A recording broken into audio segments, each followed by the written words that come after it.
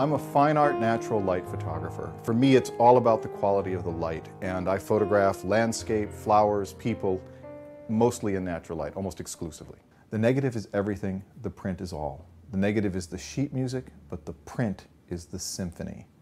Every decision that I make as a photographer when I click the shutter keeps in mind one thing, that when I am done, it's going to be a print.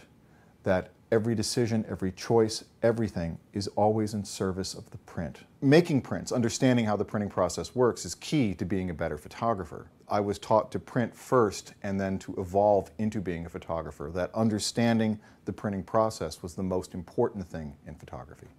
Well, it's the print that you sell, it's the print that you show, it's the print that will last. Pixels on a screen only last as long as the website that you're looking on, but it's the print that you look at, it's the print that you put on the wall, it's the print that you touch, it's the print that touches you. And for me, it is the print. Everything I do is about the print. So digital cameras made this huge technological leap, and then printers made this even huger technological leap. And when you would look at a photographic print on a photographic type paper off of an Epson printer, you were just floored. I mean, everybody was just absolutely blown away that you could actually do that you could get a black that black and a colors that deep. However, my beloved cotton papers, I wanted to see that quality of black and that depth of color on those papers. What evolved was this observation that it's a system, that the ink and the printer and the paper all work in tandem, that it's not just one thing, it's all things. And where we are today is we have a paper that gives me the black and gives me the color that I have always dreamed of on a cotton-based paper. What I love about cold pressed natural is that I can actually get a black, that I no longer have D-Max envy. That not only do I not have D-Max envy, but I have beautiful tonal ranges and tonal changes, and that I have incredible color based on the depth of the black.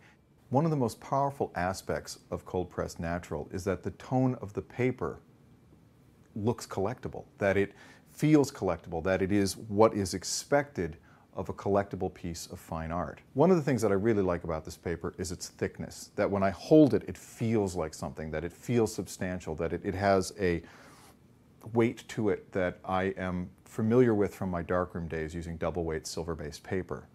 Another thing that I find from a more practical standpoint is that it frames easier, and that it sits in my portfolio cases better, and that it holds up better because of how thick it is. Well, what does it matter? I mean, it's going to be in a frame, right? Who cares how thick it is? I mean, you're going to put it in frame, put it behind glass, no one cares. Well, you don't buy a print behind a piece of glass in a frame. When you buy a print, it's in your hands. But the fact remains that the sale occurs here. It doesn't occur there. And it's this memory, when you look at it there, that you want to give somebody. I have an image called If I Were a Raindrop, which is probably my most signature image. And for me, it is a poem that I have never really completed.